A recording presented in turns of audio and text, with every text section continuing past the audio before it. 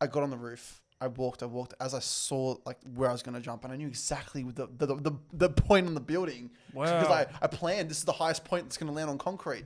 I mean, Wow. there was no hesitation. Wow. It's like I knew for certain that this was all that my life was meant for and all my life was leading towards. And I think to myself, what a wonderful world.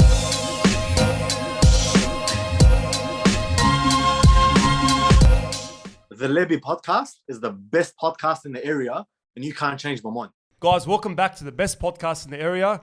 Obviously today, we've got a very, very, very special guest today. We interrupt this podcast to bring you a word from our sponsors, Manscaped. Manscaped.com. Imagine shaving with a sleek, well-designed and optimized trimmer that makes shaving time the best time in the bathroom. Wow. I don't know if it's the best time, but yeah, but Yeah, I'm it's one not of the best time, especially when you're Arab. But anyway. Yes. I'm one of the first people to try the new 4.0, and Are you? honestly, I'm blown away by the performance. Wow. The craftsmanship and detail on the 4.0 is up to spec. Manscaped engineered the ultimate groin and body trimmer by focusing on intelligently functionality and an incredible, Wow. comfortable grooming Comfortable. experience. Wow. Wow. Because, you know what? Sometimes you might cut yourself, but Manscaped makes sure, because it's engineered by an engineer, That's it, by an engineer. to make sure that it's engineered properly. But we're not done yet. This upgraded trimmer includes a multi-function on and off switch that can engage a travel lock. Yeah, you can like double click it and stuff, which Yeah. is amazing. It also gives you the ability to run. Wait. Did I mention wireless charging? The new wireless charging system using electromagnetic induction. Wow. And I know what that is because I Wireless studied physics. charging. But which can help battery length last longer. I kind of forgot that. You don't one. want it to die on you. So basically the battery will last long. So it won't die on you midway. So you won't give yourself a fade. You don't want it to die. But Yeah. anyway, guys, we got an offer for you guys, specifically the Lebbie listeners. So if you go to manscaped.com, you get 20% off with free shipping That's with the code 20% off. Lebbie at manscaped.com. That's 20% off with free shipping at manscaped.com and use the code Lebbie.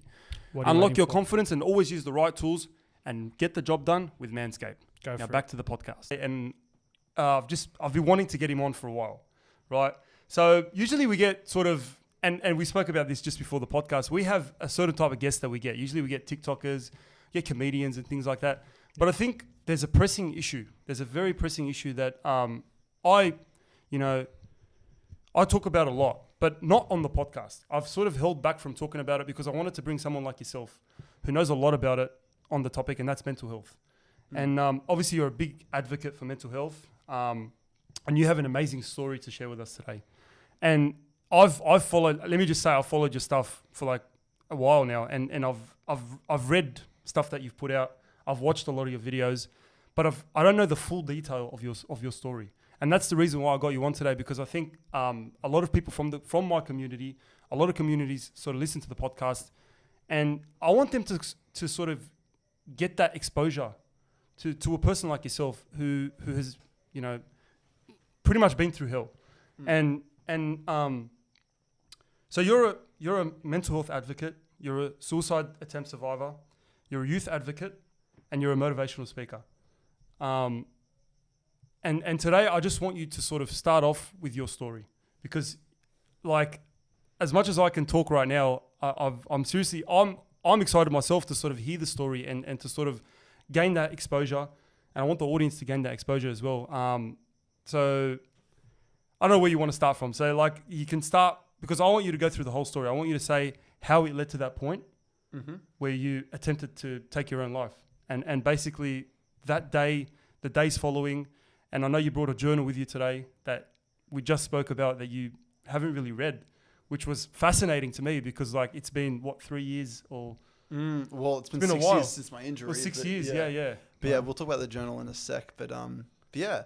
If you want to give a little bit of background on yourself. Yeah, introduce yourself. Yeah. So my name is Matt Caruana. I'm a mental fitness facilitator, and I suppose everything you shared is on point. A lot of what I do is based around mental health and mental fitness, obviously it's my story. It's what's brought me to where I'm at and why I'm sitting in this wheelchair right now. Though the reason this came about, I would say, was because if you want to go to the deepest reason, it's because of my disconnection with my parents. Right. Because I felt disconnected. I wanted to, achieve that connection through other means. Now, going into high school, year 7, it's exciting for me because I didn't like primary. And, I was pretty popular Yeah. got along with people, no family struggles, nothing like that. Good at Yeah. good grades, good at sport. From the outside, everything's looking pretty, right? Now, I don't know about you guys, but I was brought up Catholic, and Catholic primary, Catholic high school. Was taught that everyone has a purpose. Everything happens for a reason, Right. and that we also heard that you would find your purpose through God and through the Bible. That never sat well with me. So I just I was like, well, that doesn't make sense. So what is my purpose? What is my what is the meaning of my life? Yep. And so that's when I fell down into a rabbit hole, because at 12 years old, how do I answer that? And so I didn't like that question unanswered. So if I was dead, would anything actually change? It's hard to answer when you're alive. So I asked myself, well, do I actually add any value to society? If having a purpose is about contributing to others, what role do I play? And that's when I knew my answer. Well, because I was 12, had no job, lived home with my parents, which meant, well, if I was dead, nothing around here would be different or change. There would be more space for someone else who had more meaning and more purpose in their life. So that means that my life means nothing. That I'm worthless. But when you're at that age, sorry, like, because I'm just thinking of it from my perspective. I'm looking at it from my childhood, because I always seem to do that. I always seem to compare myself. But when I was 12 years old or 13, 14, I wasn't thinking about that. I was thinking like you're young, you're starting off high school, you're starting off puberty, whatever, and you're what girls you have a crush on? Girls, yeah, what girls you have a crush on. But you're sitting there thinking of the meaning of life, which is crazy to me, because at that age, like that's really mature. Like, I was watching Nickelodeon. I was playing sports with the boys and doing latest a lot of console stuff like that. Which really sort of it intrigues me to think that someone at that age. Were you just a bit more mature than your years, or what was it that made you think about that stuff? I don't believe I was more mature or whatever. I just feel like, just because I constantly heard it. Everyone's got a purpose, everyone's got a reason, and it's like, well, why am I here? What's my? Where reason? did you hear it though? Was it just from people, interesting conversations? Everything happens for a reason and all that stuff. Yeah, but it never made sense to me. And like we hear it in school and whatnot, even in the church, and and I used to think, well, why do good things happen to bad people? And I don't think that anymore, but like at the time, that's what I used to think. But if everything happens for a reason, what's my reason? Why am I here? There has to be a reason. Right. As in what, like in terms of the reason, what reason were you looking for? Why am I alive? Why am I on this planet? Yes. What happens after we die? Like what was the reason that you were searching for? The reason I was searching for, if I go back to what I shared about my parents, I lacked the connection there. Right. So I was trying to seek a connection within myself. Right. Okay. Yep. And that, so when I finally stepped in myself, I then, experienced pain, because I now labeled myself as worthless.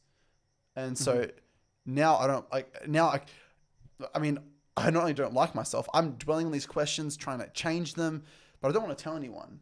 No one in my family, they don't open up about their feelings. Like, both of you guys are Lebanese, right? Yeah. I mean, like, I don't know if it's a WOG thing, but my family, it's definitely not. But it is. But no one spoke about their emotions. Everyone just kept to themselves. If they were upset or whatever, they'd stay in the corner, keep to themselves, stay quiet. No one would go over and address them. They'll be like, oh, they need some space. It is. I think it is a thing with WOG things, with WOG people, because like it's sort of like it's. I don't know if they look at it as if there's something wrong with you. Like if you're not right, if you're like, if for example you tell your Arab parents or something, oh, I feel depressed, or I feel like, why are you depressed about? What are you depressed about? Like, why? And especially when you're young, they look at you like, oh, you have no responsibilities. Yeah, exactly. What are you depressed about? Yeah. You're 12. Go play soccer. Yeah. But you're like, no, I'm searching for the meaning of life, and like honestly, it is hard to think that it's still to this day is like that, where it's like mental health and your emotions just exploit, like laying out your emotions is looked at as embarrassing, or like, oh, like I don't want to do that. And especially as you said, WOG households, it's really hard. But just in society in general. We yeah. judge what we see, right? And people tend to not want to be around negativity or stuff like that, right? Yeah. So with that in mind, everyone wants to put on a brave face for everyone. We put on a smile so people, are scared of what they're going to think of us. So it's easier to smile so they don't judge us, rather than show who we really are and express our emotions. That's right. Now we're making ourselves vulnerable, open to judgment. Yeah. And that's the thing. We put on like a mask. It's like it's exactly what it is. It's a big mask that we put on, and we're like, no, we're strong. But they don't, they attribute like, oh, showing emotion as weakness when it's not. It's just being real. It's being human. That's what Yeah. it is. That's all it is. If you don't show emotion, you're not really a human, Yeah. are you? Like you're a robot. Yeah, Literally. that's it. But it's that I feel we all need that natural state of experiencing and then expressing our emotions. If we don't do either one, we are suppressing our emotions, which is Definitely. exactly what I did. If Yeah. you don't allow yourself to experience it, i.e. you go and escape the emotion. Yeah. If you don't allow yourself to express it, i.e. just keep it to yourself, you're suppressing, you're not accepting what's really going on. Though that's what would then lead, like, that's what I would go down, like, not long after. What, 6 months later, give or take, I'm now in drugs, you know. Wow. So we're still when you were 12 years old. Well, So I'm now that's 13 now. at this so now point. 13. So you're End of going year. through that, you Yeah. know, questioning like, what is the purpose? What is this? And you're not finding answers. So you resort to drugs. Well, I not consciously decided to. It was like some mates, like they, you know, gave, Right. you know, they. Oh, have a try. you Yeah, know? legit. Yeah. It's okay. just a Yeah. yeah, you know, somewhat of peer pressure. But the reason I said yes Mm-hmm. was, you know, he asked me, well, Matt, do you want to smoke some pot tonight? And I was like, look, man, I'm good. All I know about, you know, drugs is what I've learned from school. Right. And he's like, all right, well, forget about that, dude. Just trust me. It just mellow you out. just have a drag, you know, just relax. Yeah, it'll mellow you out and make you feel good. Okay. Right, those words really clicked with me, and that like left a mark on me because mellow me out, make me feel good. I've been feeling depressed now for 6 months. That's right. I've It looked told like an anyone- escape. Exactly Yeah. right. Yeah. And so it was an intuitive response. I just said yeah, and I, Right. you know, smoked up that night. And sure enough, I'm not feeling that so down and so Mm-hmm. anxious or whatnot. No, I'm just, you know, I'm feeling cool. So so when you had that first, obviously when you had that first, you know, Yeah, smoke, hit of whatever. weed or whatever it was, you sort of sat back and you're like, oh, you know what? Now I feel sort of mellowed out, relaxed. Mm. And did it sort of mask the pain, or did it make you just give you like a big escape that you were searching for? When you're high, you don't realize it's an escape. You just Right. you're just in that space. Yeah, I don't know. right? I'm not familiar. Mom and dad. Yeah, so yeah. you're just not familiar with it, right? Yeah. But when you're sober and you wake up the next morning, you're like, wait, no shit, these thoughts are back. Right. And I'm not feeling Okay. like how I once did. And now I'm comparing it, right? Yeah. And, you know, and so like I skated with my mates like for the day. But when I went back home that night, all I'm thinking is, I found my answer. Yeah. Right? I found my escape. And this is what's going to help me. And, you know, I did my best to, and this was my one thing I needed very, very clear with. None of my friends or family can know about this.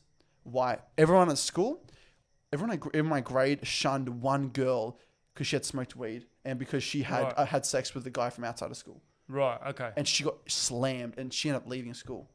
And- it was And horrible. you didn't want to fall down that. You're like, nah. I didn't want anyone knowing. And Right. in my Just- family, yeah. dad would kick me out of the house or something Yeah, like yeah, that, yeah. right? And so I kept things to myself. Like, that's what Yeah, he said to me. Yeah. But, right. And so I eventually came across a guy. Now, we just started off with just pot. But let's just say, like, when I was going to leave him the first time I met him, he gave me a half a gram for free of Coke.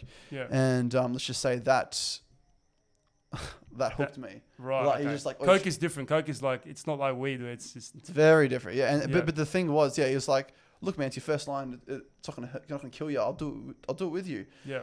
And so we did, and yeah, I mean, you know, Never looked and, well, the thing about it was, I went through that bag pretty quick and went back to him. Right. Okay. But Coke's not cheap, and Coke's No, not free, definitely not. and Definitely so not. Yeah. he wanted me to start dealing to keep it up. Right. Wow. So what, you what had- age are you at this So point? I'm still 13. This Wow. is still like Wow, the Christmas man. holidays are going into year 8, Mm. and yeah, I've So was that the same guy, the guy that supplied you with the Coke, was that the same guy as the weed guy? like from the very first time. Yeah. No. So Different person. the first time Yeah. I smoked pot, I was with some friends from a skate park. I used, to Okay. I used to go to my grandparents' house every week, and Yeah. before I'd go there, I used to go to the local skate park and Yeah. hang out there for about an hour or so. You hang out there enough, you become mates with some people, Yeah. and so we Right. just eventually hung out, and yeah, So then this guy sort of hooks you on the heavier stuff, if you like. yeah, Like- I suppose, yeah. yeah. And then sorry, yeah, so you get on the Coke, Mm. but that's a very different high to weed. yeah, Right? It is very different, yeah. So how do you sort of, what hooks you onto the Coke? So it's just like, oh, Well, it's Trying something it's new. a different high, but the thing is, I mean, like, I'm not trying to glorify drugs here or anything like that, but you know, the feeling of being invincible, I sort of just, I lost myself with that. Right. Okay. And I, you know, fell in love with it. And that was I thought was my escape. Though I made it very clear to myself as well. I cannot take this too far. If only when I'm getting seriously down, I'm going to use. Right. And like being like, you know, every like but 2 or 3 like days. That. Yeah. But but yeah, and yeah, that was a whirlwind in itself, being a dealer at that age and all the stuff you experience. But it was a girl that I met in same school. Yeah. She became my girlfriend. I hid everything from her. All the drugs, everything. All the emotions, hid everything. Right. And because she was so innocent, right? Yeah. I mean, the last thing you want to tell your girl is that, you know, you're a dealer and you're taking drugs. You don't expect that. I'm 13, like. Yeah. And but she was so innocent, man. Like, yeah, I couldn't tell her. Yeah. Though she found out that some of my mates at school had started smoking pot, and that at a local house party, I joined them. So she found out behind your back. Yeah, and she didn't like that. And then she approaches me and gives me an ultimatum. Look, you take me, I'll take the drugs. Just one or the other. And in that moment I was caught, but I felt like I just had to, you know, share the truth with her. And so I did. I shared my emotions, how I was feeling. I wasn't just weed, that it was coke as well. I was dealing to keep it up. Just poured it all out. Yeah, I did. And she thanked me for sharing, but she's still like, Matt, one or the other. I can't have both. It's toxic. And, you know, to her face, I said, look, I'm going to leave it. But it took me a while after that to actually stop, you know, just. So you obviously chose her. You didn't choose the drugs. Long term. Yeah, I did. Initially, you're thinking to yourself, you're like, who the fuck are you? How dare you? Who do you think you are? Like, you don't understand, but nah.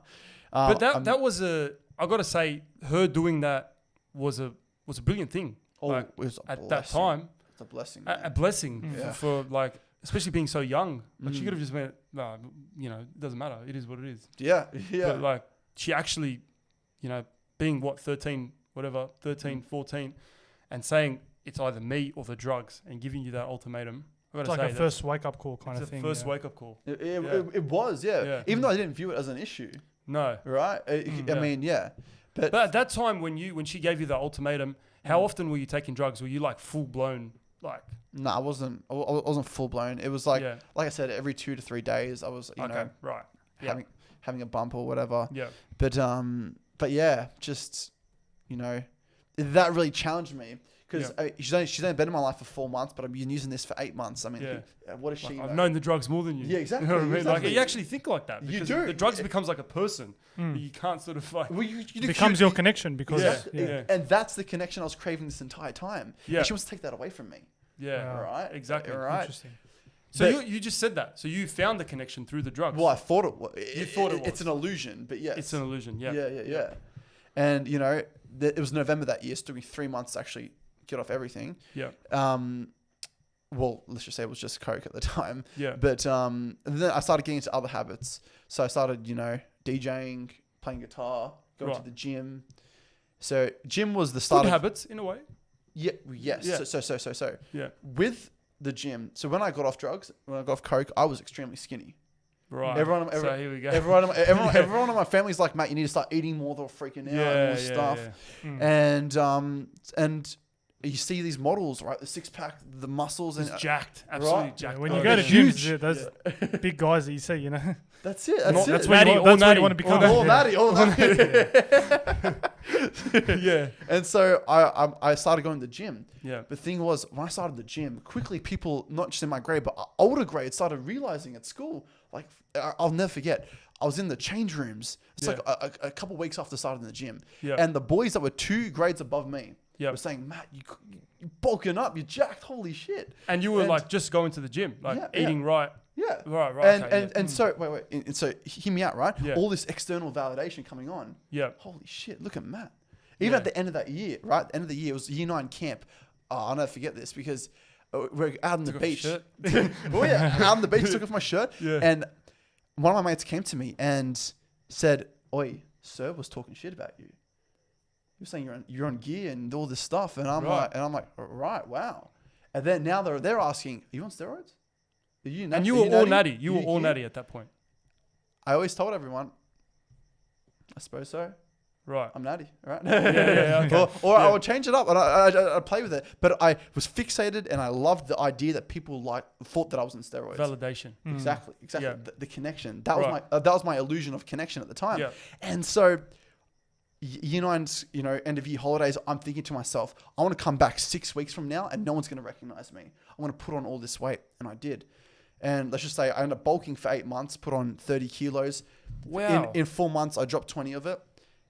And I did all of this for one photo. Now, One photo. because so back it was after that camp.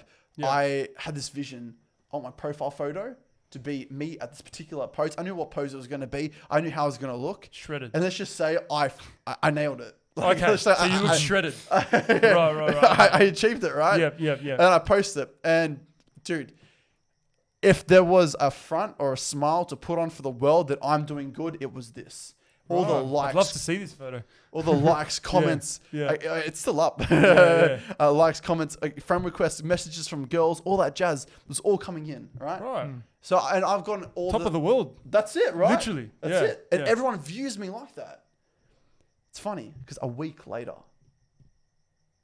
after that photo is taken, everyone's believing, oh, he's the most confident guy in the world. I go to try and end my own life because of all the pain that I feel inside and all the external validation in the world that I got was not enough to heal the internal wound that was there all along. Wow.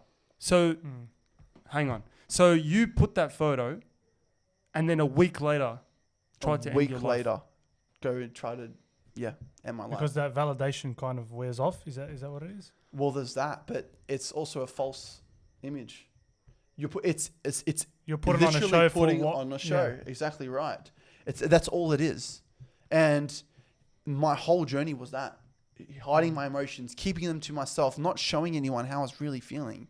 And I was lying Wow. to my girl. I told her the truth when she caught me smoking at that party, but I basically kept it from her.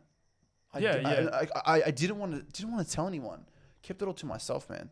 So a lot of it was just false images. Just false images. And then obviously you get to that point where it's like, but I don't understand. So you got to that point where you were like, you got your dream body, your dream physique. It's what you worked for. Yeah. And then to go a week later and try to end your life. How does that happen? Like, Who cares? You're worthless. right. It's literally that. It's it's all that's on my mind. Yeah, I have that photo up and everyone believes me and like they see me like that. But what I think and what I feel doesn't change.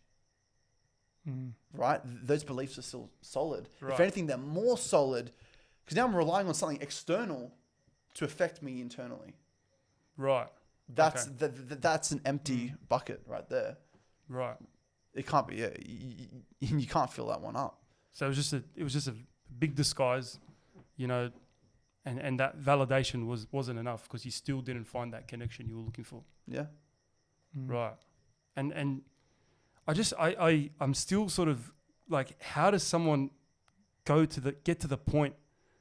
And I'm going to ask the question, like, how does someone get to the point of What age is this, ending if you don't mind me asking? 16. So that was when you were 16. Wow. How does someone get to the point of ending their life? Like considering, I know there's a lot of factors that can sort of make you think like, what about this? What about this? What about this? What about that? But you had nothing there. There's none of that. It was just, I want to die and I just want to, leave this planet basically. I didn't view it as me just leaving this planet. I view this also as me doing everyone in the world a favor. I was worthless.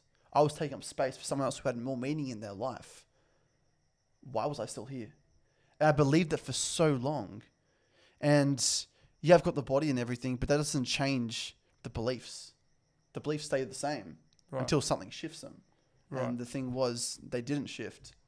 And when you're hiding an immense amount of pain for such a long period of time, it comes up eventually. It's like this water bottle here, right? Like, it's what, 600 mils? Yeah. And, just as an analogy, right? As water comes up, right? You say as an emotion, right? The water level's like, let's say here, right? Yeah. And the emotion, let's say you have two options, accept it or suppress it. Let's say you choose to suppress it and put your fist in the water. The fist don't go through the water will rise as a result. You're only Right. increasing the intensity of it. But if that emotion comes up again, it's already at a higher state. And if you keep suppressing to the point where it fills to the top, it's at 600 mils. If you fist through the water, what are you going to do? It's gonna just Spill everywhere. spill everywhere. Right? But it's going to make a mess to everything around it. That's a breaking point. A breaking Right. point affects people, not just you, but the people around you as well. But that's because you explode. Though, what's a water bottle for? You buy it to fucking drink it. That's right. Right? Yeah, yeah, yeah. Exactly. Yeah. We accept our emotions, the water level drops. Okay. Right? And what happens with water when we drink it? We piss it out. So when you say accept your emotions, so deal with it, basically. Not just deal with it, but experience it. Because Experience it. dealing with it, people could take it in the wrong way. Some people say dealing with it as like, oh, I don't want to think this, I don't want to think that. And they resist themselves to feel it. It's like, Right. no, allow the emotion to run its course. Experiencing, then expressing. That's the two things that come with drinking the water, right? Right. Is okay. firstly being aware that there's water there, drinking it, actually accepting it, and then pissing out the authenticity, All right? the- yeah, which yeah. is the expression, which is me saying. So firstly, be aware, accept, then be authentic about it. Right. Be aware, So the action of pissing it out is basically just expressing expressing your emotions. Okay, all right. Yeah. Yeah, that makes a lot of sense. I've never heard that analogy, but that makes a lot of sense. But yeah, that's Instead how of that's holding how it makes in, a lot of expressing it. sense. Yeah. Yeah, exactly. Right. Yeah. So that day, can we get into that day? when you- Please. Yeah. So That's January 9th, 2016. January 9th, 2016, right? So did you have plans, or did you just wake up that day and be like, today's the day? Or Was it premeditated? Was it? Okay. Was it premeditated? How I was going to do it, where I was going to do it, the time of day I was going to do it was Right. all planned. everything was planned? Not when. Not when. I knew. So basically, around the time I had that visual, like the idea of how this topless photo of Matt was going to look like, Yep. I knew exactly how I was going to go and end my life. I'd been planning for ages. I always thinking, when you're having these thoughts for so long, I was constantly thinking of ways to do it, and all this stuff. And let's just say, like, I came up with it's like I wrote a script in a way. Right. And the night it came was like the Yeah. what do you call Like the movie, basically. Yeah, Yeah, the literally, movie. Like, it's literally. like that, as I say, like the ending. Yeah. Like the big finale. Yeah, the Basically. premiere, right? That's it, yeah. Yeah, and so I visualized it day in, day out. And January 9th comes, and this is a day before we're supposed to go on a holiday as a family. Right. And wow. that didn't mean anything at the time. I mean, it was a Saturday, woke up, and I'm usually an early riser, 5:30, wake up, make brekkie and all that stuff. But Yeah. I was up a lot later, and Yeah. Mum's like, "What are you doing, Matt? You gonna come train with me today? Like, we're going to the gym together or what?" I'm like, "Mum, don't worry, I'm gonna give it a miss today." She's like, "Matt, you've been going 6 days a week since you've started. You haven't missed a day, and it's a Saturday. Right. You have nothing on. What's going on?" And I'm like, "Mum, I'm tired." I just don't feel it. Yeah. Right. Right. And And you knew it was at that point. You knew it was that day. not at this point. Not at this You point. didn't know. Okay. Right. Not at this right. point. No. But like, don't get me wrong. I started the day obviously in a low note, so to speak. Yeah. right? Yeah. And going about that day, I didn't really do much. Helped my dad with a couple of things, but I didn't talk to any of my friends. Not my girlfriend. She was out with her friends. I didn't want to disturb her or nothing. Right. But it was that night where I was just playing guitar, and I put my guitar down because everyone's lights upstairs are off and they're in bed. So I'm like, all right, let's stop making noise. It's about 10:30 or so, and I just lay in my bed, just listening to some quiet music, just staring at the roof. Constantly thinking about those, remember those 3 questions? Yeah. If they were heavy at the start, let's just say they're at a point now where I couldn't bring to words. Yeah. Because they bring me to a place where I'm like, you know what? I've been thinking and feeling this way now for 4 years? Right. What am I waiting for? If I believe this, if this is the truth, what am I waiting for? Why don't I fulfill my answer? And so I shut my laptop and pull out my phone. I went to my contacts to see if anyone might care the slightest bit. And the only person was my ex. I spent like half an hour just throwing thoughts into a message and just, not really thinking about what I was going to say. Let's just say, like, when like, it's coming to an end, you don't hold back and you just... It's sort of like that careless, like, who cares? Who cares? Yeah. And so everything just sort of came out, Yeah. except what I was going to do. I did not want to say that. Oh, right. I didn't want to tell I was going to end my life. But let's just say if you read the message, you know damn well I was going to do it. Yeah. And that wasn't a question I get asked often, was that a cry for help? Well, I locked my phone and kept my phone on the bed and put on my sneakers straight away. I didn't want anything stopping me. So you just said, okay, that's it. Put my phone on the side. And at that point, you knew that it was going to happen. At that point, I knew for an absolute fact that, I even snuck out of my house, right? It's like nearly 11 o'clock at night. And so there's this window in my garage that it was like big enough, to step out of. And, usually when I used to sneak out, I used to leave it just a crack open, just to sneak back in. Right. But there was Didn't no leave thought it of open. that. No thought of So that. you just said, I shut it. wow. I knew for a fact I wasn't coming back that night. Because now if I came back, I had to face my parents.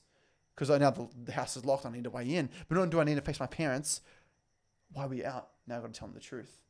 So I get myself, my thoughts were that clear at the time that I just didn't want anything else to happen. But no hesitation at all. Like no, like It's a 15-minute walk from my place to the local shopping centre. There's plenty of time to have That's a a long second time to thought. think. yeah, it's a long time right. to think, That's a man. pretty long time. Yeah, and let's just say I get on the roof and there's no thought. No thought at all. No like hesitation. my no. parents, nothing like. No one cares. I'm worthless. But still, people like, right? Like, it's the thought of death, right? People Yeah. sort of fear death. There's like what They do, yeah. But naturally. you were like, nah. This is happening. Well, get this right. I'm actually scared. I'm actually scared of heights. And you're scared of heights. Oh, wow. Wow, man. Wow. Far out. So you chose. I'm scared of heights too. I can relate to that. Like it's funny to like, I suppose like Yeah, it is it's to look at like that. Yeah. But it's when like if I was to give you like a monologue of my thoughts at the time, it'd give you freaking nightmares. I was really scared of heights for the longest time, but the monologue of thoughts that were going through my mind at the time, they felt like they weren't even mine at the same time. Right. Yeah, it's like there are thoughts inside my head, but So it's like something was telling you something. that's what it feels like. Yeah, Right. yeah. And you feel there's no other way, and you just go by that command. And it's one question I get asked quite a lot is what was going through your mind after you jumped? That's what I was going to get to because I've heard stories of other people that have sort of survived suicide attempts, and they say that's the moment that they regret.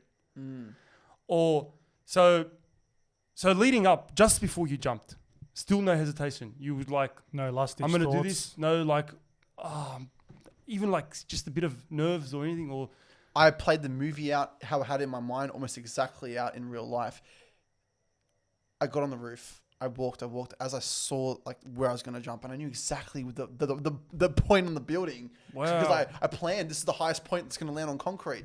I mean, wow, there was no hesitation.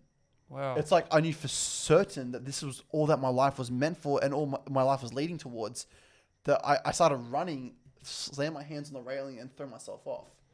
There was no Wow. hesitation. So this was meant No for you. emotion, just I really believed it was, yeah. Right. And then obviously the moment you just jumped off that railing, was there a time, I don't know how much you remember from obviously falling to the ground, but that time between jumping off and falling to the ground, you hear a lot about people saying that's when the regret comes in. Was that still like, how was that for you? That moment you jumped off, just that moment as you jumped off. There was only one thought, and that was finally. Wow. And I mean, it was, yeah. I mean, after that thought, it was pretty much black. I don't remember hitting the floor or whatnot, but yeah, it was just finally. Because when I say I'd visualized it, I mean constantly for over a year. It was playing in your head this whole time for a year. Yeah. And then you finally done it, and you're like that's it. That's exactly how you pictured it. Literally, yeah. The whole law of attraction thing. Let's say I subconsciously knew it at 15, 16 years old, and Wow. yeah, visualizing that. And yeah. Anyways, I don't need to repeat myself, but yeah. Wow. Wow. And then And then obviously, yeah. Like, where do you go from there? Like, obviously, it's hard to comprehend that. It's just at so that hard. age. Yeah. You know, it's just At hard for me to 16 years comprehend. old, and like I said before, like I'm only comparing myself because of course. my own experience. Fair which was enough. Fair enough. a bit different to yours, definitely. But yeah, at 16 years old, then just, you know, and you hear about it a lot. You hear about a lot of young people that commit suicide and a lot of young men. And what is it? 75% Of suicides. of Yeah. suicides is men. And it's just a silent killer. So you jump off that building, and then obviously there comes a point where you are in hospital Yeah. and you wake up and you think, what's the first thought? Like, what was the first thought? Do you remember the moment you woke up? I remember thinking it was an afterlife. You remember thinking, It's this is busy. the afterlife. Yeah, it's like, oh shit! I'm in hospital. I can't function off my body. Yeah. You know, boots, cast, neck Yeah. brace. It's not a great afterlife. Yeah, you're like, Yeah. oh, this doesn't look like You the didn't afterlife. imagine it like that. But I didn't wake up for 2 weeks. 2 weeks. Induced coma. Wow. All right, and so when I woke up, yeah, you just. If there's one thing that I remember vividly, though, I mean, even though I was heavily medicated and whatnot, you know, it's just one thought. It's that, I mean, you know, if I was worthless before my injury, I only wanted to end my own life, you know, not only for me, but for everyone else. If I was worthless beforehand, how pathetic am I now for the fact that I'd failed at the one thing I wanted to do? Oh my God. Yeah. Well, like, And wow. not only am I mentally and emotionally in the same place, physically I'm now more challenged. I've got a spinal cord injury, a brain injury, all these freaking injuries, 35 in total. And it just really messed with me at the time because I kept thinking, why me, why me, why me, why me? so you never thought of it as like so obviously the first thought was like, wow, I failed. Even like something like ending my own life and I came back and it didn't happen. Something that you visualized for a long time and it didn't happen. So the first thought wasn't obviously I have like, a second thank God I'm chance. alive, or I have Yeah, a no. second chance. It was just like, damn, now it's even. Because now, because you can't feel or function half your body. You start Right. freaking out, right? It's Right. like, Anxiety kicks in. what's this going on, right? And like, I'm basically bedridden. And Right. I basically didn't leave the hospital bed for a month. Yep. Yeah, and then Wow. even when I did like finally get into the spinal ward after a month, I wasn't able to push my own wheelchair. God no, I had one of those chairs where other people had to push you. They didn't Right. trust me with my own one. But I broke both my wrists. You can probably see the scar still there. Like, so I was in a power chair for ages, but they give me the shittiest one because they didn't trust me with it. Oh, right. Anyways, I don't get lost on that tangent. But being in hospital, right? You're 16 years old. You're in a spinal ward. They all got one question on their mind. Everyone, the other patients, what do they all talk about? What happened? Why are you here? But you're 16. You're so young. yeah. Why Yeah, why what do are you have you a doing spinal here? injury? What- What are you yeah. doing here? Yeah, Exactly, you're right. yeah. Yeah, on a spinal ward, you can't get away with saying you had an accident, right? So I said I had a fall. That's the most I would ever say. I was so embarrassed and ashamed for the Right. fact that I'd failed. But it wasn't just the people in the spinal ward, people that came to visit. People Your that, family, like your parents. That's the first people that I was going to ask about. Like, everyone that was really close to me, they knew what happened. they knew that it was obviously Let's suicide. just say I did my absolute best of hiding my emotions. I did no effort in hiding my attempt. Right. Because when you feel like it's it's over, you don't really. You don't really Yeah, care. you don't You're really like, care. You "Boy, don't, it you is don't what think it about is." that. Yeah. And so when I was, anyways, let's just say there were some tradies doing some construction in the area at the time, and they called the cops about 5:30 in the morning. Oh, 'Cause so they found me. But then, So they found you. You no one actually saw, obviously, because it was late at night. No one saw you there until, because you done it at 11 the night before. Yeah. So you were laying there for what? 6 hours. Yeah, Wow, yeah. man. And 5:30 in the morning, traders come, they find me, and my dad had woken up, but he realizes I'm not home because we're supposed to go on a holiday today. Yeah, yeah. And where's Matt? Wow. And so they search the house, freak out, they call the cops, and they put the two calls together and like, your son has attempted suicide. He's at the. Wow. He's at the. Imagine, like, Yeah. you can imagine the emotion that, like, the thought process of just hearing that. Or as Like, of anyone in my family, and this is one thing that honestly goes through my mind quite a lot. What would it be like to wake up, your brother, your sister, your mother, your father, or whoever, your son or daughter, is not home, but to find out they went and tried to end their own life? and you being basically clueless to the fact that they were You thinking about that. You didn't see it coming. At all, No. at all. Because you said you master your emotions, so at all they did not see anything coming, and then you were going on a holiday that day, so they were literally getting ready to go for a holiday. It was The meant first to be thoughts would probably be, did I do enough to? well, not even. It would just be shock. It'd just be like shock and like, yeah. Mm. I can't imagine that. I actually Yeah. want to touch on that with this With the that journal. Yeah. Yeah. Because while I was in ICU, I'm not sure who bought it, but someone close to me, obviously, they bought this journal as a way of processing their own thoughts, but also sending me a message while I wasn't responsive. And they, So when people came to visit, they would write in it. And let's just say at the time when I found out what the journal was about, I never opened it at the time.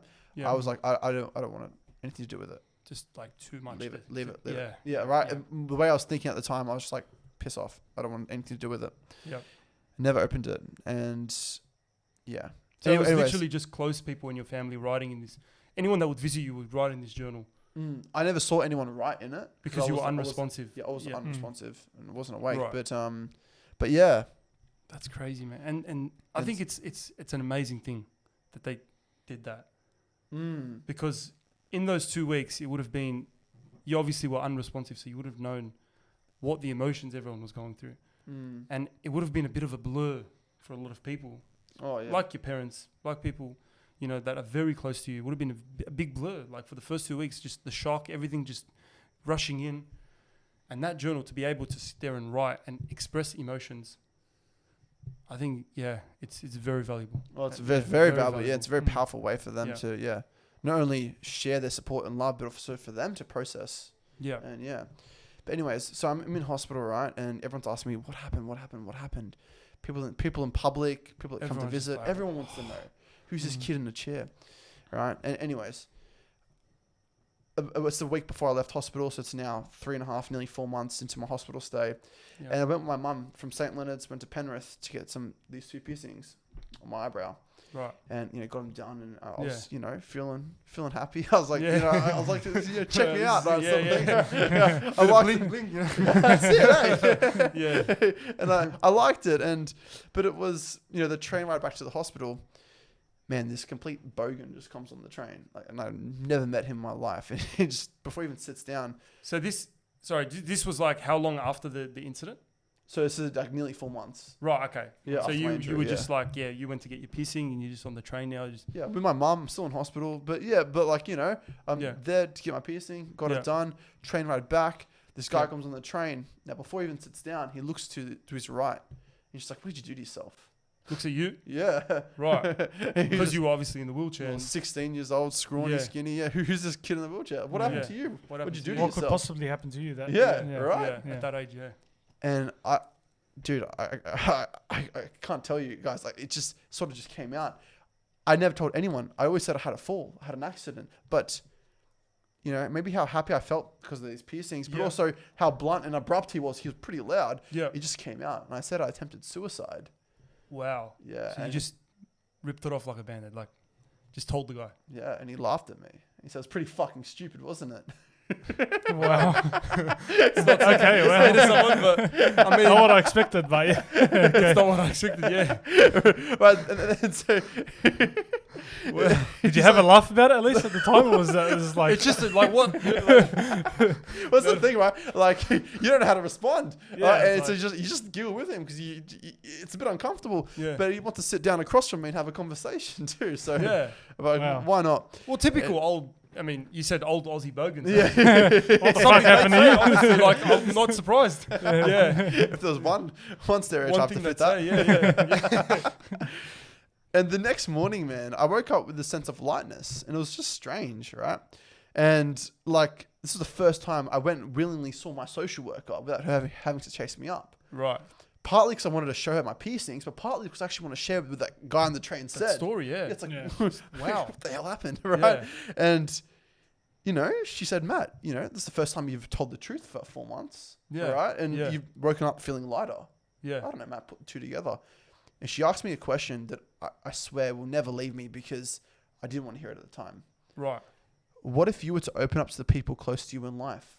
Could you potentially strengthen the relationship you already have with them? Wow. I basically cut the conversation and just left the room because I didn't want to hear that. right? But what she said was so powerful, and it really stuck with me, because with like the whole incident with the guy on the train made so much sense. And you know, my girlfriend was coming to visit me that afternoon, so I was like, well, why don't I? Let's give it a crack.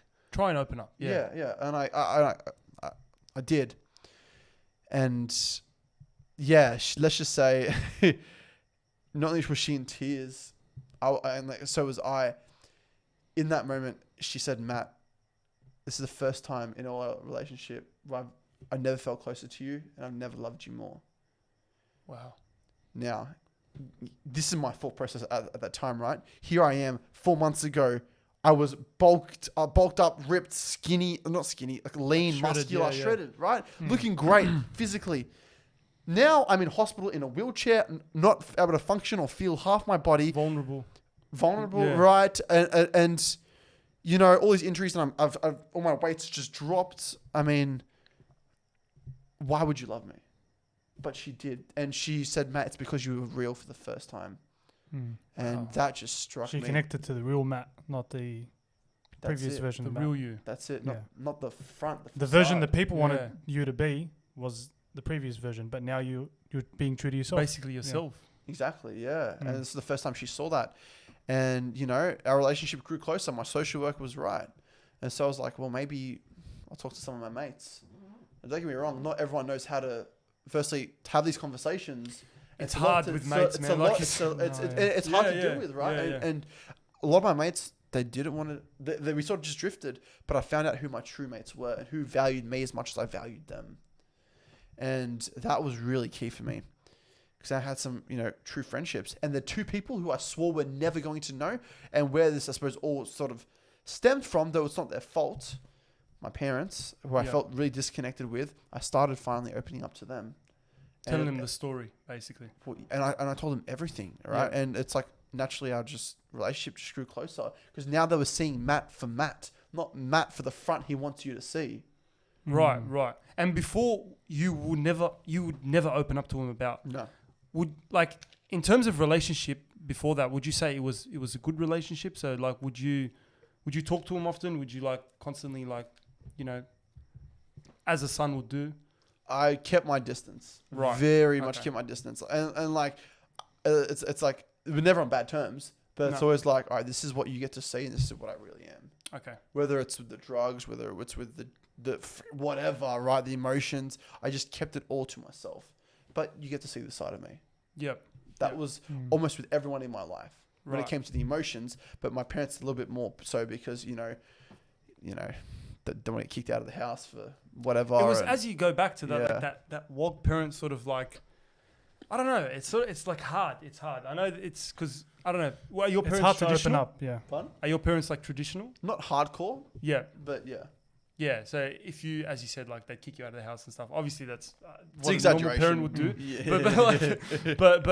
But like yeah, like it's hard. It's very hard. Like I know how it is. Like it's when you want to open up about certain topics, it's like, where do you start? Like what do you say? How do you express it? That's the thing. How? Yeah. And the great place to start is with what you're feeling. Yeah. Right. And it's just like, I feel X. I feel this. I feel that. And I mean, the biggest blessing that I had at the time was hospital. They kept me back because they weren't sure I was ready to leave because of my emotional state. Physically, I was ready to go. I adapted to rehab very quickly. Yeah. But when it came to mentally, I wasn't ready. And I'm very blessed they kept me there, because what it gave me was a space where I was forced to feel my emotions. When I said earlier on, we have to experience and express our emotions, I was forced to experience them. I couldn't go get high like I used to. I couldn't just go to the gym and just blast myself. I couldn't do whatever, right? No, Yeah. I'm stuck in a situation where I'm by myself and I need to feel my emotions. Right. The one thing I had suppressed for so freaking long is now the one thing I'm forced to do. And now this guy on the train and what my social worker said to me, and now I'm doing the one thing that I resisted for so long, which was also talking up. Being right? real, basically. Being just real. Yeah. Right? Being real. I'd never done it before. And that was so confronting. So confronting. There was the end of that year. My social worker, the same one, she asked me to come back to the hospital just for a meeting. So I'm home at this stage. Yeah. And she's like, Matt, I've got an opportunity. You can share your story to about give or take 30 or so young people. Right. But I want to take you back to the guy on the train. Do you remember what opening up to that guy did for you? Yeah, like what was it? They just Right. yeah, like it's just some guy on the train, and that was like basically one of the first people you opened up to. Yeah. The first person, like literally, like It's like a weight lifted off your shoulder, sort of Yeah. thing. Well, that's it, right? But then she's like, well, Matt, what if you could help others help you at the same time, yeah, right? By sharing your Exactly. story. Yeah, yeah. And let's just say, I never liked talking, never did, never enjoyed it. yeah, But there was a voice inside of me calling before I had any thought, and I just said yes. You know, that just this feeling in my heart that just said, Matt, if this is it. Like it's like that Yeah. complete certainty. And it's like, if I Yeah. help someone, how would that feel? yeah, Shit. And so I just said yes. And 3 months later, March in 2017 was my first time sharing. I was nervous. I was shaking. All these thoughts going in my head. The first time speaking like to a lot of people in a crowd. Right. Basically, Right, yeah. your story, like Your story as well, your yeah. true emotion. And they're all the same age as me, so they're probably judging me and Wow. all this stuff. Yeah, It's yeah, all yeah, these yeah. things going on Yeah, in my yeah, yeah. mind. But they came up to me after and thanked me, and they shook my hand. They said it inspired them. They got a lot from it, and that, like, It's like your calling, basically. Yeah, Found your true meaning. This is what this true is meaning. it. You know. Yeah. Yeah. I left the room, and I kept this all to myself, and just when I was by myself, I just couldn't help. I just gush, Yeah. just all these Everything just tears let out. just Yeah, come yeah, out, right? yeah. It's like in my mind, there's like two voices going on right now. You're worthless. You're a piece of shit. But wait, no, you inspired someone. That's Someone right. got a lot out of today, and That's you right. helped someone. You're of value. Wait a minute. Maybe this isn't the truth. That's right. It's not like I'm no longer depressed. I was still feeling this way for a while. Then what I found was when I kept at that program and when I left school, like that year essentially, Yeah. I went back to school to start running workshops. Yeah, and yeah. going to the corporate world at conferences, universities, Wow. whatever. So your life just like flipped in a way. Not like that, but just Yeah. gradually, right? And Gradually, yeah. so when I finally found speaking firstly, and then kept at it, and then finally started getting to schools myself and all this stuff. Let's just say when I matched what I loved, which was inspiring people, with what I did every day, I started becoming fulfilled. Yeah. And I started becoming truly happy. Now, am I speaking every day, running workshops every day? Unfortunately not. No. I would love to, don't get me wrong, but I'm doing steps along the way to make that happen. Whether it's what a it is. workshop or working with someone one-on-one, or whether it's a social One media step at a post, time. a phone call, a conversation like this. Yeah. Seriously, this is why I was so excited for today. Truthfully, man. Like, it's these little things that are stepping stones alongside what I love, what's meaningful to me, my purpose. And by doing that every day, I'm living a fulfilled life where I can wake up at 4:30 and say, no, I'm fucking excited for the day. That's not, it. oh my God, the sun's not out yet, I'm tired. No, I'm going to do something good today, and I'm going to actually inspire people. That's exactly right. And you found your purpose. Basically, it's like a lot of people just search for purpose, search for like their why. What's your why? Your why? Why am I here? Why am I here? And then, do you believe that everything happens for a reason? Yeah. Yeah. There you go. So like, if you never experienced what you experienced and then had to go through what you had to go through, you wouldn't have been doing what you're doing now. No, I would not. And the thing about it, you mentioned everything happens for a reason. I'm in the exact position that I asked for, including the wheelchair. Think Right. about it. I asked for a purpose at 12 years old. Wow. Well, I've And got this it is your now. purpose, I mean, a lot of people don't go through their entire life not knowing it. Yeah. And so sometimes, I mean, there are things that bring us purpose in life, and one of those ways is some adversity that we face. Yeah. And I was faced with quite a bit of adversity from a young age, and that laid out a path where I would then find my purpose. I was just extremely blessed. I had the right people in my life at the time, where I can say with conviction now that I wouldn't change anything in my past. No. I truly wouldn't, because I wouldn't be in the position I am now. That's I wouldn't right. be having this conversation. I wouldn't be fulfilled. That's right. That's right. Going back to 16 years old, I promise you, I would be dead. The conviction in my belief at the fact that I was worthless was so strong that I knew, I just knew I wasn't going to be here anymore. And to be where I'm at now, I can say with conviction that I'm grateful.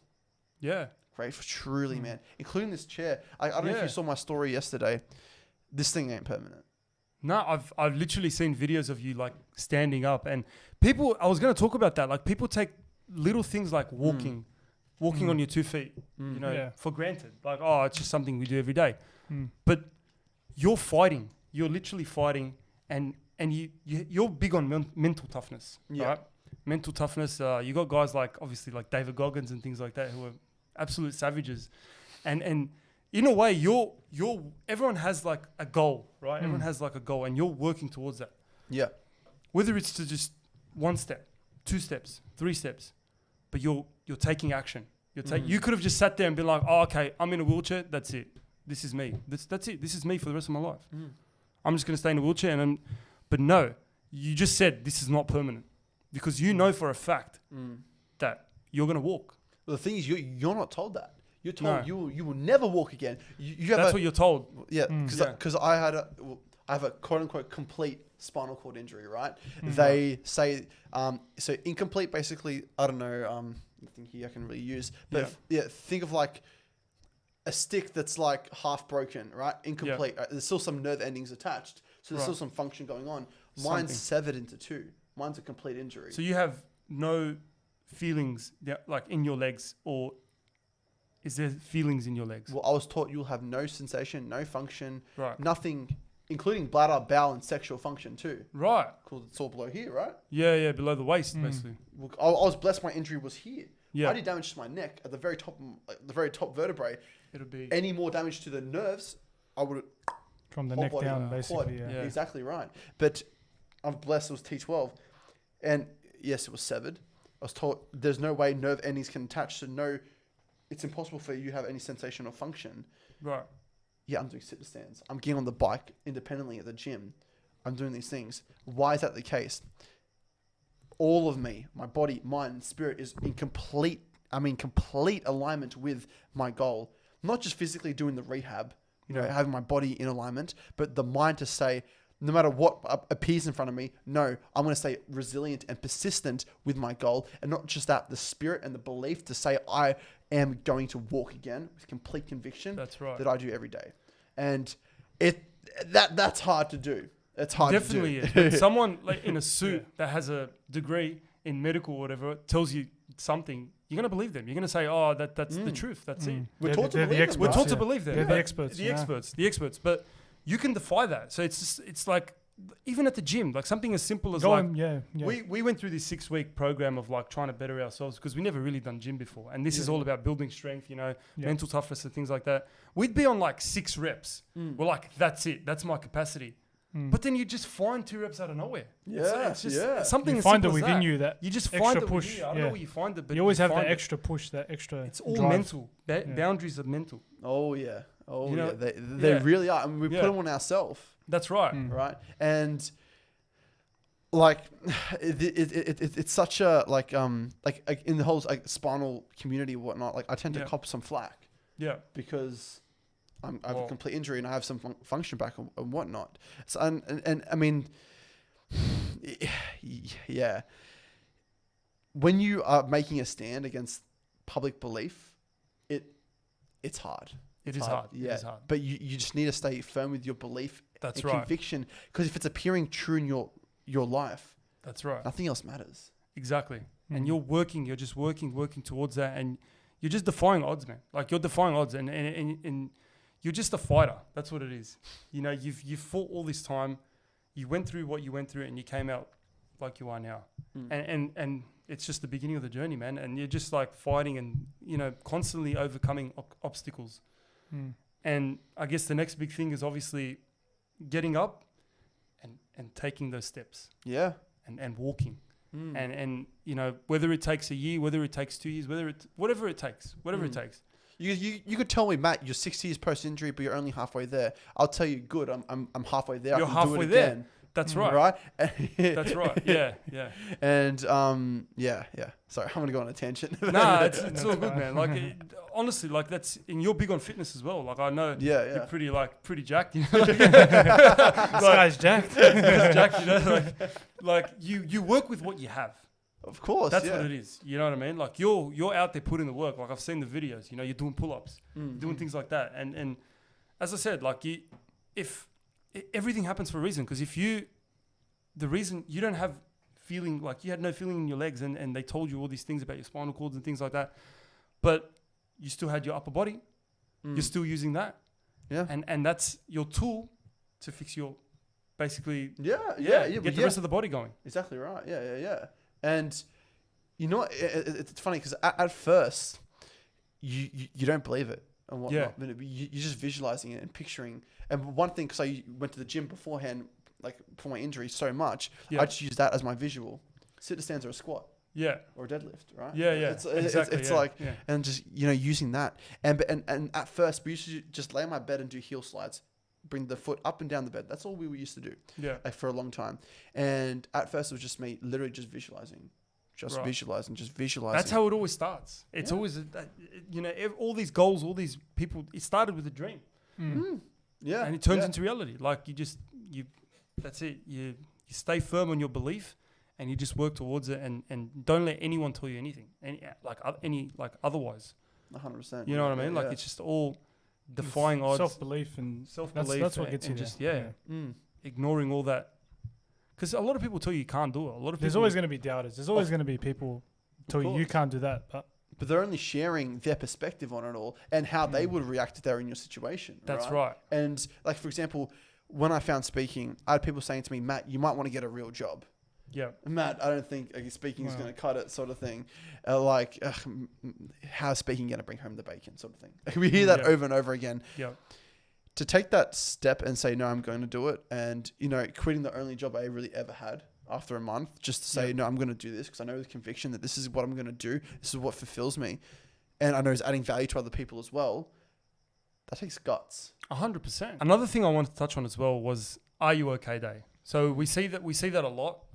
It's obviously already passed this year, but it's a big thing at work. I noticed it's a big thing, and it's a great initiative. It's a very good initiative. It's a day for people to actually look at the person next to you at work who you think is all smiles and everything, and they have this facade on the outside. To actually ask them, "Are you okay?" Ask the big question that no one wants to ask. But I think in a way sometimes it's like too restricted to a day where it's not normal on other days to be like, "Are you okay?" So if I go to work now or tomorrow and go to someone next to me, "Are you okay?" They'll be like, "Wait, what are you? Why? talking about? Are you okay?" Why It are you was asking? last month? What do you think? It's like- you're a bit late. Yeah, exactly. Yeah. Like, why isn't it normalized? Why isn't it normalized to actually and not be taken as a joke? Because I know a lot of times at work, 100%, it's like, yeah. "Oh, are you okay?" "Oh, nah." It's a big laugh. People do tend to just brush it off. That's right. I love Are You Okay Day for the simple fact Yep. that Are You Okay is a question that 90% of people aren't asking. That's right. And Yeah. I'm going to touch on this journal like in a sec. Yeah. But it's something that was written in there that kept saying over and over, I wish I had seen something, I wish I had asked or all this stuff, right? And the thing about Are You Okay Day, it's needed, right? And Definitely needed. as in, we need to start creating awareness around asking the question, approaching the conversation. Yeah. Though I agree, it can't just be one day. No. Though the beauty of it is it's planting the seed for potential conversations we had. Yeah. That probably were going to be had as a result. Because, mental health, it's an uncomfortable topic. It is, man. By Especially like as men, man up, have a cup of concrete, all that stuff. Yeah, that's right. That's Yeah, right. that's Man right. up, harden up. Oh wait, what do you mean? You're anxious? What do you mean you have anxiety? Like it's Toughen up. That's toughen it. That's up, it. you Be know a what I mean? man. Like, Yeah. You hear that all the time, right? Yeah. And I mean, yeah. It's I won't say on that. it's very like hard. It's not. especially It's with, not taken seriously enough. It's not. It's Mental not. health, Especially it's like not. I talk from first-hand experience with my mates, for example. I've never it's always talking about, for example, like the footy or what happened or like just random shit. But it's never like I've never actually sat down with my mate and asked him, "Are you okay?" Because then he'd look at me like, "Wait, what are you talking about?" Like, Yeah. like it's got to be more normalized, and especially with us men, where it's like, man, we go through a lot. Like, there's a lot of responsibility, and I'm not taking away from females. Like, obviously, they both suffer their own battles. But with men, it's more like we are the providers. We are the ones that have to like work hard. We are the ones that have to do this. We are the ones that have to do Provide that. for the family. Yeah. Provide for the family, this and that, and it's like a lot of pressure is built up on men to perform, to do a lot of things. Like me, for example, for my personal experience, I'm an overthinker. Like the reason why I've had my bouts, and I've had my bouts where it's like more so like the pressure to perform, the pressure to do this, the pressure to do that, the like too much overthinking about what people think about me. Yeah. You know what I mean? And it's like, I don't know, like I would never basically open up to like, you know, my mates, like for example, oh man, I'm feeling stressed out, or like I'm feeling anxious today. It's that's the thing, like you become, when I said deal with it, it's more like you become like a functional, like you become high functioning. You know, like someone could be having like an anxiety attack, or someone could be like suffering through anxiety, but you wouldn't be able to tell. Like they'd be talking normally, doing normally. A lot of people think like being anxious or having an anxiety attack or experiencing depression or experiencing something, someone will sit there and being like, you know, really, really like in a different state. But they could just be normal. People can mask their emotions. Yeah, normal, you like know. masking emotions the way you did. Yeah. And that's why it's like asking someone every now and then, it wouldn't hurt. Like it doesn't hurt to just be like, man, are you okay? Like I think what's an issue nowadays as well is a lot of people have a lot of pride. So like, that's what it is. If your mate doesn't text you for like a week, you're like, why isn't he texting me? Yeah. Why? It's never like, Screw they're him. probably going Yeah. through some Yeah. shit. It's like, oh, why isn't this guy texting me? Like, oh man, you know. Screw him or Screw whatever. him. Yeah. I don't need What a him. dog. Yeah. What a dog. That's I it, don't yeah. need him. I'm not going to talk to him or whatever. You never be the bigger person. Like, Yeah. why don't you reach It out? doesn't to him hurt and to say, call him and be like, man, are you okay? Look, I haven't heard from you for a week. Just checking up. Yeah. That's it. How much would that make a difference? Like, Absolutely. But also, like on your mate's end, right? Like, someone's caring. Someone's actually like taking the time out to, you know, hear if I'm okay, if I'm struggling. Maybe someone That's right. cares. that's right. Right. And it's about having these conversations and being comfortable with it. Because the thing about, and this is just the reality of it, when we address our emotions, we're almost like, it's like we're taking our clothes off and going out in public, right? Yeah. It's We're essentially exposing ourselves. It's like, That's this right. is what's really going on. It's like, no, this is what you see, but this is what's really inside. yeah, Right. And to go to that place it takes courage. for It sure. does. It does. For sure, man. So if you aren't comfortable expressing, at least feel your emotions. The first step to healing is feeling. If you're going to allow that to simmer and at least understand it yourself, expression and, you know, being authentic and real with the people around you, that's the next step. And if life is already an uphill battle, you don't need to be climbing that hill with bricks on your backpack. That's right. You might as Yeah, well half that load. yeah. Right? Exactly. Just and when you say sort of like accept it, sort of like, so if you're feeling, for example, anxious or depressed, Yeah. the emotions are just like, do they just become a part of you? Well, so accepting, what I mean by that is like, firstly, not judging yourself. Right. It's okay to feel that way. It's okay. Yeah. Whatever emotion comes up, because it's always valid, it's why it's coming up. But secondly, not going to like, oh, I'm feeling sad now. Let's go have a drink. Yeah. What's gonna make me right? Like, what are quick escapes to it? No. Right. Allow yourself to experience and feel the emotion. Okay. Because how do you firstly understand it? You won't be able to heal it if you just constantly suppress it. You know, overflow that water bottle eventually, and that overflow is going to affect the people around you. It will, That's true. whether you see it or not. And I'm going to tie this into the journal. Yeah. So the first time I opened the journal was 3 years after my injury. My brother had wheelbarrowed me up to the top of my dad's place. Yep. And he's like, Matt, do you remember this? I was like, no, what is it? He's like, this is the journal that everyone wrote notes in. And the first page I opened, I saw my dad's message. That was the first message. First message I read. The only message I read that day. Because as soon as I read it, I was just, let's just say I hid all the tears that were coming in that moment. Yeah. And I was like, I don't want to read it. Mm-hmm. It was that painful at the time. Right. And it was only last week I was having a conversation and it came up and it caught me off guard. And I actually got quite emotional. It made me, choke up quite a bit. And I was like, maybe there's something in this that I actually need to address. Mm-hmm. And so today was the first time I actually opened the book and read all of it. Yeah, I sat with myself. And like as I was reading it, like I just jotted down whatever notes that were coming to my mind or thoughts Yep. at the time in terms of like just reflecting on it all. Wow, man. And 6 years later. yeah, and just gosh.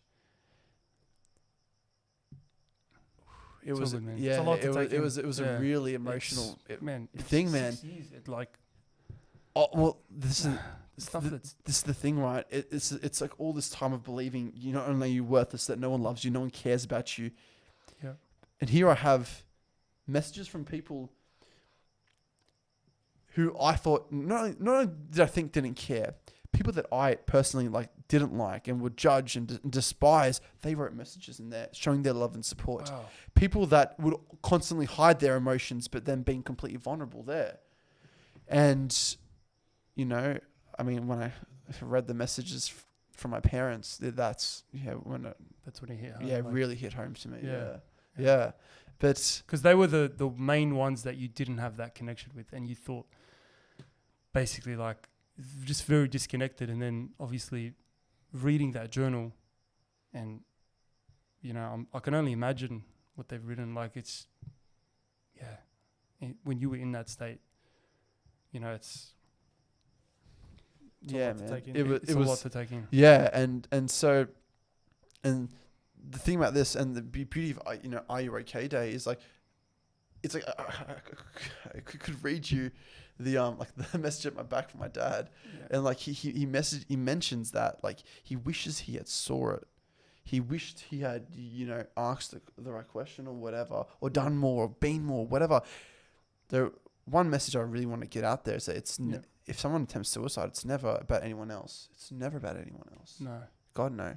no. It's always their personal choice. And the thing about that Are You Okay Day is seriously a massive step towards Definitely preventing it's a stuff start. like this from It's happening definitely again. a start. And man, yeah, I mean, you get so lost in this world of ideas and beliefs and stories that you tell yourself. Yeah, sometimes we don't just look at reality for what it really is. No, we get too caught up. We're just You sweat the little things. That's it. Yeah, literally. Yeah. Mm. But it's one thing I'm really big on, which is self-awareness. I mean, you're actually able to take a step back and see things for as they are. You start seeing the truth behind it all. And if there's one thing this journal proved to me, if you feel you're the only one, if you feel no one gets you, if you feel that it's never going to get better or whatever, you're obviously tuned into a certain frequency. Let's say a radio station, right? Let's say like 104.1, right? If you're tuned into that station, you aren't hearing what's going on over 96.9. No. If you're only tuned in to the negativity that's in your life, how are you able to hear the love, support, and care that's actually out there? You can't. But when you take an objective standpoint and viewpoint, just taking a step back and having a look at everything as they are, not by how it feels or what you think about it, you start to see the reality of it. And I'm really, really thankful that I actually read this today because, I mean, as emotional as it was, it was, man, it would have been a roller coaster. It really was. And it took me about an hour and a half to actually get through it. Wow. And I mean, it's honestly a lot of blank pages. It's not like the whole book's flooded. It's not. Yeah. But to process all of it was, huge. But it's, man, it's, we all have to, Just going like your dad when he wrote, he wishes he would have, This is the thing, right? It's just a question. It was just a question. But imagine if Moses wasn't here right now. Yeah. What would you be wondering? And vice the versa. same thing, right? Definitely the same thing. Yeah. And that's the thing, right? And when it comes to suicide, it's such a touchy thing, but And now there are people obviously listening as well that are thinking like, maybe there's someone close to me that, whether they show signs or not, like, it doesn't hurt to just ask, ask the question. Take that initiative. Take that. Just to see, just to like, listen for once. Yeah. Like I gotta say, this is probably one of the most quiet I've ever been in a podcast because I was just listening. I was just very like, because I've never heard a story like this before. Like like your story, and I've never sort of met someone that has had your story. Mm. And you're the first person I've ever met like that, and it's honestly it's inspiring. changed me. Like It's inspiring to hear. it's very inspiring because it makes you realize that little things like asking questions, like just being there for someone, and just like, you know, just trying to understand someone, like, you know, it all matters. It all matters at the end of the day. And yeah, as much as like Are You Okay Day should obviously, it's a great initiative, and we should have more things like that. We should have more things like that. More people like yourself, you know, going out there, you know, using platforms like this and speaking to the youth, speaking to the community, because it's not very talked about as much as it needs to be. Much as it needs to be. It's also how we're talking about it as well. That's right. And do you mind if I rant for a quick Yeah, sec? for sure. No, definitely. Man. I mean, I'm all about how we talk about mental health and all this stuff, because how it's been addressed hasn't been serving anyone. So it's by addressing it, we're obviously, you know, bringing an awareness to the dirt that's been swept under the carpet. That's needed. Yeah. Though, if we just talk about it in a negative light, what are we associating mental health with? Negativity. When you hear the word mental health, what sort of words come to your mind? Like Curious. Depression. Yeah. Anything else? Just bad things. You Just know, negative. Negative things, depression, and Yeah. right. It's like all that stuff, right? What if mental health we thought hope? What if That's a good what if we point. thought positivity, optimism? So what I'm talking about is, so I was going in 2019. I got flown to speak at 2 conferences in Brisbane. Right. First conference was great, high energy, peer worker conference. It was really, really cool. Like when I say high energy, like everyone was real supportive, and you know, it was a really cool vibe. Yeah. The second conference was on the day I left, and it was the Queensland Leading Reform Summit. Yeah.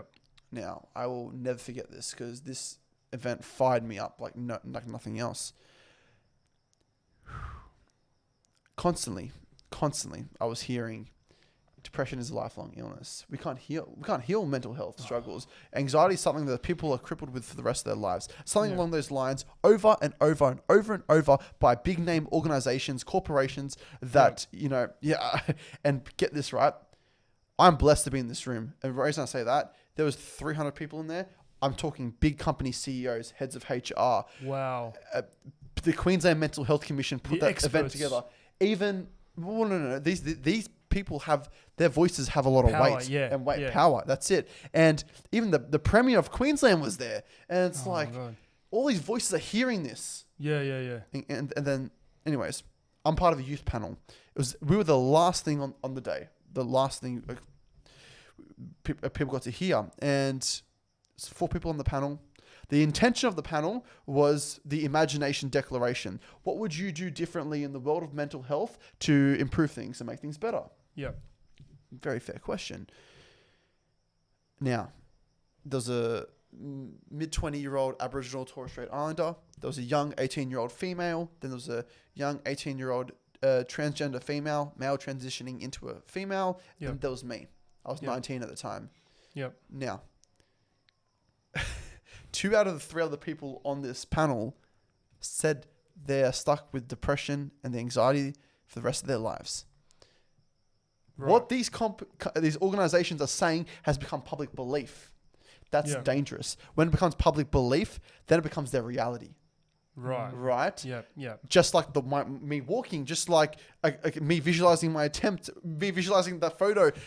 It feeds you with this bullshit. That's what I'm saying. That's what I'm saying, right? Yeah. And so when I got up there, I shared a bit about my story, but then I'm like, look, I'm a physical representation. If this wheelchair isn't a physical representation of the downside of mental health and what it can lead to, I don't know what is. But what am I also? I'm also a representation that there's hope, there's a light at the end of the tunnel, that we can overcome these struggles with the right people and the right steps in our life. We can become greater than it.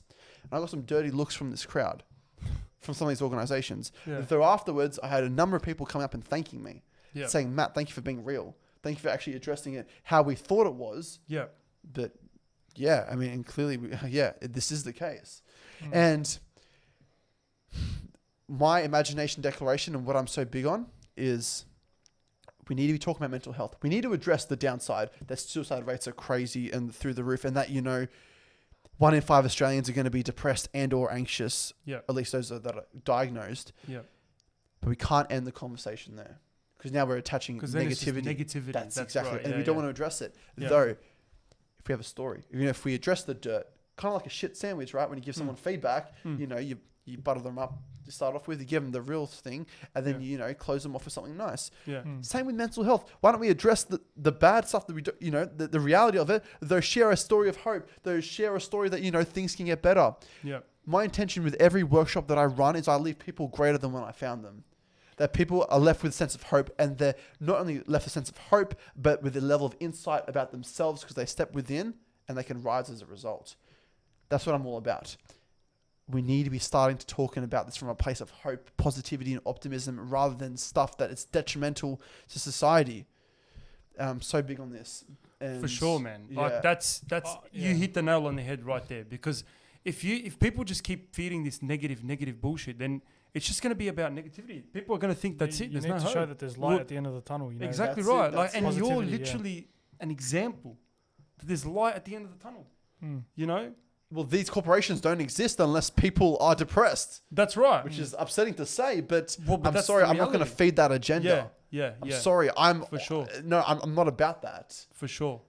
And you're like, when you were talking about the fact that you're people like doctors and people were telling you that you're never going to walk, or and you're saying no, I'm going to walk whatever time it takes, but I'm going to walk, and that just shows your level of hope, and just that there is hope, there is light at the end of the tunnel, and that's what people need to understand. Yeah. And if my spinal cord is severed into two, where there's a physical cut and separation between the two, and that nerve signals are still being sent down, and I'm standing and getting on a bike and whatnot, if that's not a representation of hope, I don't know what is. But not only that, if that's possible for me, what's possible for you? For sure. Man, I'm so big on that. And honestly, and what humans can achieve, and the potential that we all have is you far would beyond be what we all. surprised. You would be surprised. Are you big on boxing? I haven't been, but I recently watched a Joe Kawasaki but documentary. there's a big one on Tyson Fury. I need to watch that. Tyson Fury has basically He battled- he didn't. I don't think he attempted suicide, but he was so close to, and he battled like all sorts and just drugs and everything, and then came back and became. He was the at world top champ. of the world at one stage. and wow. Became really read his story. Champion Like and- Tyson Fury is another example like yourself, where he just went through the depths of just like the worst things you can imagine, like drugs. Became like 400 pounds or whatever, and then came back, lost a lot of weight, became the world champion, and it's just like it just It's shows so that inspiring. You need people like this. you need people like that at the forefront of this, not big, CEOs that just care about money and whatever. You need people like yourself that actually care about making a change and are actually there for the right reasons. You know what I mean? And watching Tyson Fury, how does that make you feel? It makes me feel like I can achieve anything. It really exactly does, right. because it's like this guy literally was at the bottom. Like Yeah. you can't go further than rock bottom. That's the thing. That's it. Once you hit rock bottom, that's the bottom. Only up. It's only up from there. Yeah. And you You're hit taught- rock bottom. you're- Tyson Fury yeah. hit rock bottom. Exactly. But you guys found your way back up and just continue to defy odds and push limits. And that's what people need to understand, that don't put limits on yourself, because the limits are only imaginary. And you just, it's all mental. That's what it is. Build that mental I think toughness. you're taught like money buys happiness and all this materialistic shit, but to be honest, I think finding yourself and finding purpose is what happiness is. That's what I really think it is. I'm so aligned with that. I'm so big on so big on that. Yeah. Our purpose is our key to long-term happiness. And the thing is, we don't all have to know what our purpose is. And that's the beauty of just going out and seeing, what do you enjoy? How do you Searching. Yeah, that's right. what do you like? And are the things that you can, is there a way that you can contribute to others that gives you some meaning? Right. That actually livens your heart up. Definitely. And the thing that I've learned is that we all have this. And so many times I hear, but I don't know what I love. I don't know. I said that for so long. I said for so long that I don't love anything. But you end up, it just happens. Like things just fall into place, Mm. and then you're like, yep, this is it. You just need to hold on. Hold on, man, because And adversity is your greatest gift. It will be. 100%, 100%. And we all have the strength inside of us. 100%. That's Yeah. the thing I'm really big on. I mean, I love this analogy of just when we're growing up. Like you both know how to ride bikes. Yeah. Yeah. Oh, like push bikes or? Yeah, push bikes. Yeah. Yeah. And like I'm sure when you transition from the training wheels to two wheels, Yeah. it's scary, right? It is. You fall over, Yeah. you can cut your leg, Yeah. but you still get up and you But keep you learn. going. That's right. That's We right. all have the internal strength and resilience to overcome the challenges in our life. Mm. The bike is a small representation of that, For sure. though it strengthened us up. Mm-hmm. Because now we can ride a bike on two wheels. Yeah. Maybe you guys, but Oh, man. Not that I haven't ridden a bike in It's years. been a but while, yeah. but we could try. but that's my thing, right? That's my thing, right? Yeah. Adversity is only preparing you for what's coming next. It's only preparing you to be a stronger person for what's coming. We've all faced adversity in our lives, but it's all been preparing us for where we're at right now. For sure. Because if we had not faced any adversity, we wouldn't have any of the strength that we have now. I promise you. 100%. Mm. We've all lost in some way, like whether it's in relationships, whether it's friendships, whether it's, failures. It just, I don't look at them as failures. It's just learning. You're just learning. You're learning along the way, and you're moving one step closer to becoming the best version of yourself. Yeah. That's just all it is. And yeah, just don't look at failures as that's it. This is, man, there's plenty of times where I was like, now this is it. Like my life is shit. Like I'm sitting here and I'm like, oh no, I stuffed this up. And you think it's the end of the world. Mm. But then you look back and you're like, wow, did I really think that was the end of the world? Yeah. I mean, you can compare it. You always Yeah. find a way out. That's just what it is. You always find a way out. Mm. And no matter how long it takes, it's going to be there. Like the light will be there, but just keep pushing. That's what it is. Mm. Fall over, but fall forward. Yeah. Just You keep. can compare it to, for example, like I think the HSC exams are starting tomorrow, Yeah. and when I had the HSC exams, it was like all or nothing. It's like this is it, Yeah. And you Yeah. stress, but you overcome that, and it makes you stronger. So, I mean, Right. Yeah. 100%. Yeah, it's nothing compared to like what you face later on. Like a Yeah. HSC exam it's I mean, Yeah, you you probably learn. look at it now like, Yeah, I look did at it that. now. Yeah, like, Yeah, like Exactly. it's just a stage of your life. That's just something you got to go through. And man, you went through a lot, and you went through a lot of stages, and you're just constantly learning. Like you're still learning, still learning about yourself, and that's just all part of the process. That's it. Yeah. It's just life. Honestly, literally. Yeah. Man, it's been such an honor to have you on, man. Like honestly, we can sit here and talk for ages because like there's so many things that we. But yeah. I think this podcast, everyone should literally share this podcast and show it to as many people as you can, because I want Matt's story to be everywhere, literally everywhere, and people need to learn from this. And honestly, I want to see you on big stages, talking on big stages to millions of people, because you've honestly got the perfect mindset, and it's only up for you from here, man. And thank you so much for coming on. Like it's been an honor. Man, I It's appreciate honestly you been an honor. both. Seriously, I appreciate you both. We need more people. It's, we need more it's so people like inspiring, Matt in the honestly. community. Yeah, to hear your story and to hear where you started and where you've come from. It's been a roller It's so coaster. Like inspiring, I told you, this is the most quiet I've been, because I've just been like very, just I'm ready taking to it do a all in. workout right now. Like Just taking it all in. Just Yeah. it's honestly changed me. Like I'm not just saying that. Like it's changed something in me, and I don't know about you, but honestly, it's changed something in me, and I'm going to be asking more of that questions, and I hope all the audience can be the same, and just always ask that question, build that mental toughness, and just if Matt can do it, if a lot of people can do it. So find your purpose, find That's yourself. Whatever takes you there.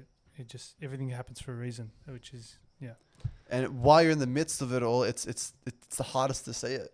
that's right. It's the hardest to see it, though you will be thankful at the other end of it. Yeah, You that's will right. be. That's Man, right. I thought this was the end of my life. It Yeah, was only the beginning. but you look back now and you're like, wow, I've come a long way.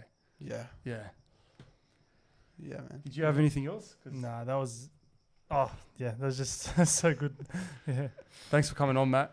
Appreciate you both, Thanks for guys. coming on. Seriously. Thanks. Guys. Thanks for watching, guys. Like and subscribe. Catch you later.